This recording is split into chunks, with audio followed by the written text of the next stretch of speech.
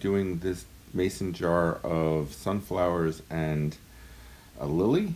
Um, It'll be up on YouTube in a two-part video. I wanted to start with a time lapse of the drawing process, and then we'll be going through the painting.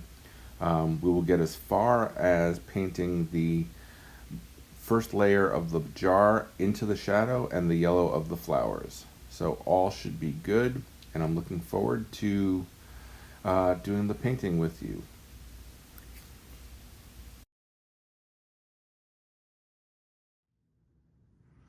Okay, so I did the time lapse and I've inserted it there so you can see it.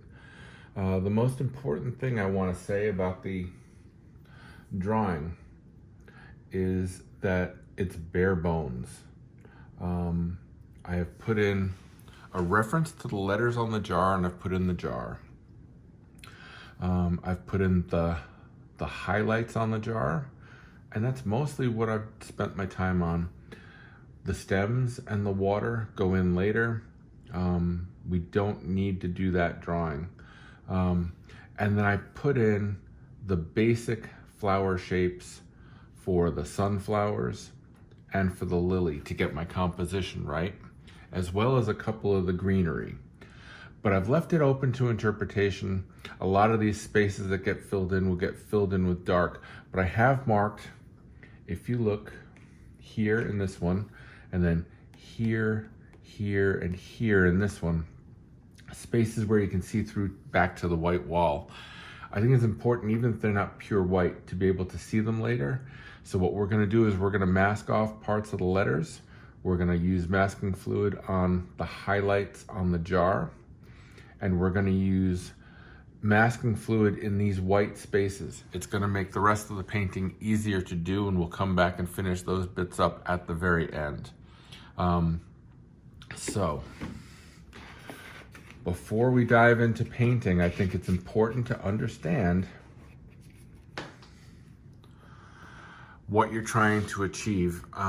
If you have an idea of how you want your painting to look, I think it's key. So there's that. I've tried to keep mine on the loose side, but representational. I did do some studies on my computer in a watercolor style that was even looser, and in a more painterly style. I have those as references to look at, along with my guide piece that'll always be in my line of sight, just to keep me on track. Choices I have made in the painting that are different from the photograph is in order to get the contrast between the flowers. I made my lily darker than the sunflowers. That'll be a bridge you'll have to cross when you get to it, but it can go either way. A lot of this dark stuff happens after I've put the forms in for the flowers, but let's talk about how we're going to approach the work now. I think this is the most important thing before you pick up a paintbrush. That's why mine aren't even out yet, is how are we going to do this? In the very first layer, we're going to establish this color on the wall, the base color for the jar, which we won't have to worry about going around anything because we'll have the masking fluid on there. By the way, if you're going to use masking fluid, put it down, wait a half an hour before you start to paint. You'll want to paint before then, but give it a half hour for it to set up and dry. But we're going to put this blue-green color in here, and I'll be using some cobalt teal to be the base of that color. But I'm going to fill that in and fill in here. I'm going to have my shadow color mixed up so that I can go right into this in one wash. Even if we don't have the darkest bit in here yet, what we want is the relationship of the jar to the light that's passing through it on the wall and into the shadow in the very first layer of it. That's layer one. I'm going to let that dry, and then I come in and do the very basic. Now, if you look at everything that's going on here in the painting, we have sunflowers, we have the dark centers of the sunflowers, we have the greenery, we have the lily, and we have got the greenery and the stems inside of the jar. What ties them all together? Yellow.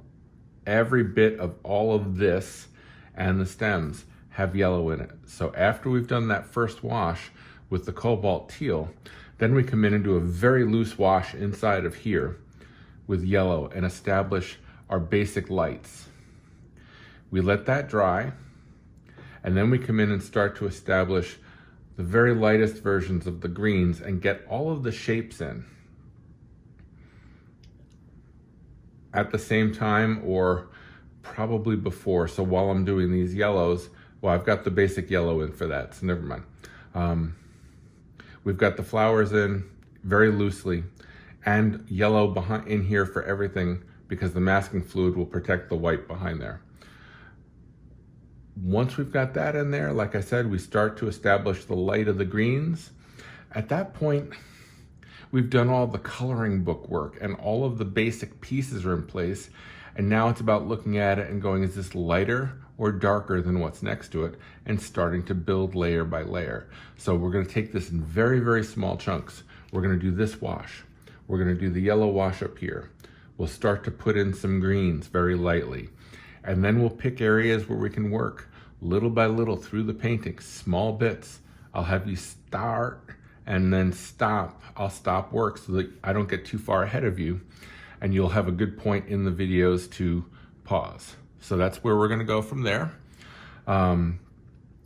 If you haven't done your drawing, now's a good time to go ahead and do your drawing. If you use the grid on your paper, make sure to erase gently your grid lines. You don't want them showing up in the final painting. And I'll see you when you're ready to paint. Okay, so the masking fluid is dry and we're about to start the actual painting of the painting. That's some really good grammar I got going there, but we'll take it. The first wash is going to be a mixture of cobalt teal and cobalt blue mixed very light that will go inside of the jar. I have masked off the letters and the highlights so I don't have to worry about going around anything. And I'll let it come out up into here and then pick up with, here you can see I have some neutral tint mixed with some indigo in a ramekin in a small jar so I can mix up a bigger quantity than I can make in my palette. I do this for large washes so that I can get as much paint down as quickly as possible. I've got a couple of brushes ready and I'm gonna get into it. This is the first wash. Okay, I've got my cobalt teal. And I'm just gonna go around this little sunflower here. Beautiful color, this cobalt teal. I really love this. I'm gonna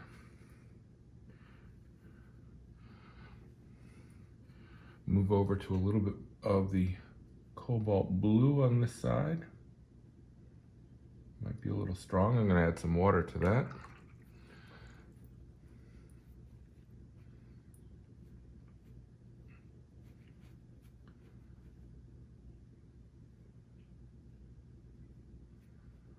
Not worrying about any of the particulars of the jar. I'm just getting this first wash in to get it covered.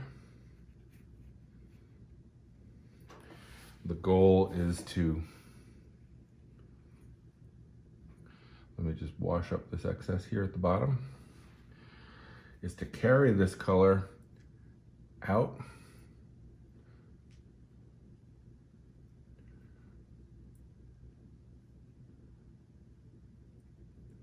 from the jar, like so. And be careful if you spatter, just go ahead and knock that back. I can get in here with some water and thin it down. This really doesn't run up into here, but we're gonna take care of that in a second.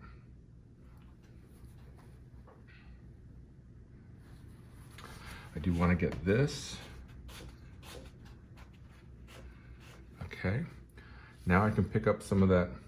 You can use neutral tint, you can use indigo, you can use Payne's gray, you can mix a gray, any or all of the above are fine. We just want to get this soft smushy edge between the shadow and the transmitted blue light while it's still wet. That's the goal. Then we can come in here, it gets softer as it goes out.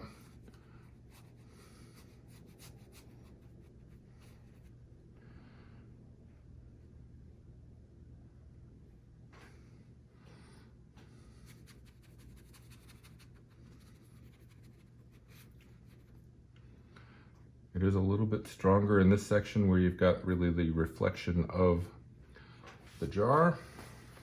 Just be careful to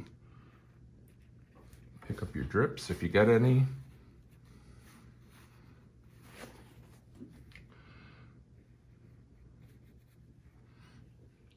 And there's some strange things that happen inside of here with light patches. So you can just come in with a wet brush into the damp and just make like half moons.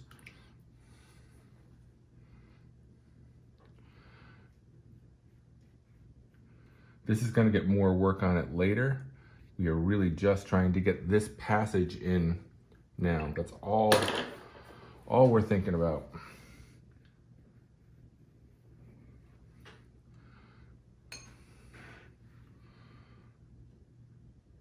I can actually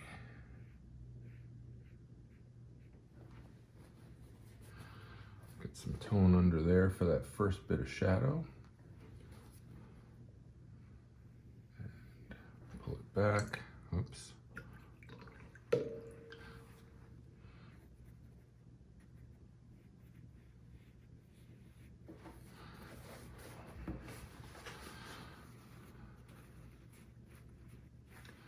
Okay, that's it. That's all we're trying to do in pass one. A light blue cobalt teal. If you don't have cobalt teal, use cobalt blue with a tiny little bit of lemon yellow in it. It should green it just a tiny bit. That'll work fine.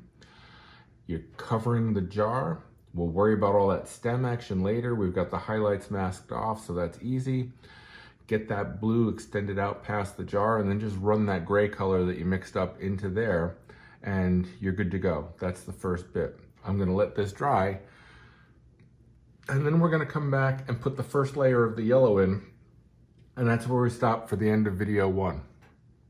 For video two, we'll start to break into the details, but the basic yellows and the structure of the painting will already be in place. So see you after this is dry. Okay, we're back. The jar and the shadow on the wall have dried.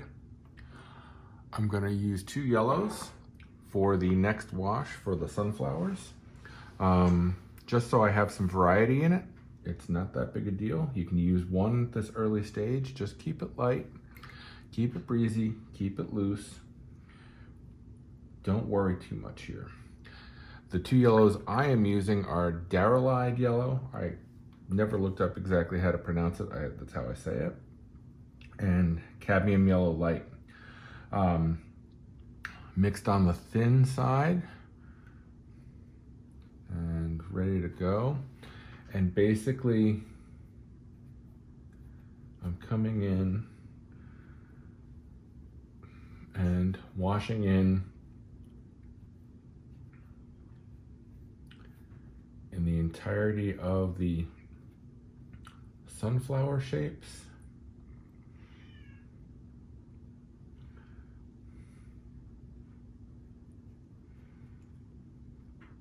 Some of the extraneous flowers. And the good news is that everything in this is related to yellow in some way. Green, very dark, orange.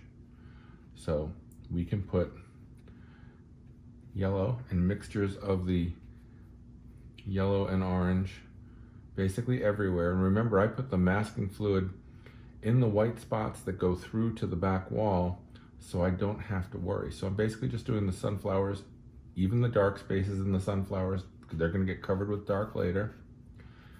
All right, and any of the areas that are going to be green, they can get some yellow now. It's not going to hurt anything. The dark green will go right on top of the yellow, and there's yellow in that color. So none of that is a problem. It's going to dry very light. And if you leave some holes in there, there's nothing wrong with that too.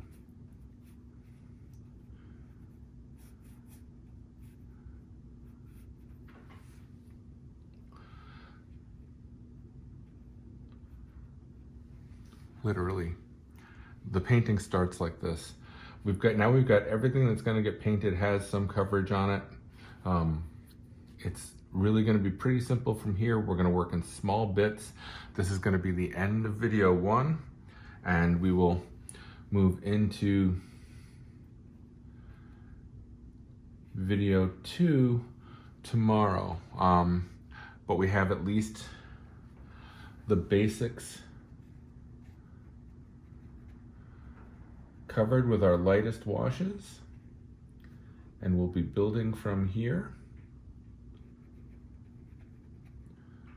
So we're ready to let this dry, and we'll kick back into this tomorrow and build layer on layer to get the full 3D effect that is in this painting.